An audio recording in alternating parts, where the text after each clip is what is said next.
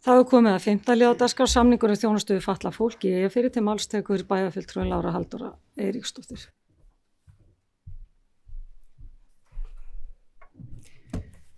Já, forseti, ágætu bæjarfulltrúar.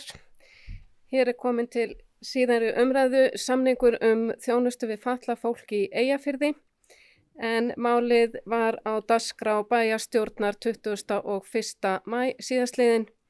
En hér að ræða samning Akureyrarbæjar, Eyjafjarðarsveitar, Grýtubakkahrepps, Hörgársveitar og Svalbarðsstrandarhrepps sameiginlegt þjónustusvæði í Eyjafirði þjónustu við fatlað fólk. Og samningurinn þá komin hér til umræðu og afgreiðslu.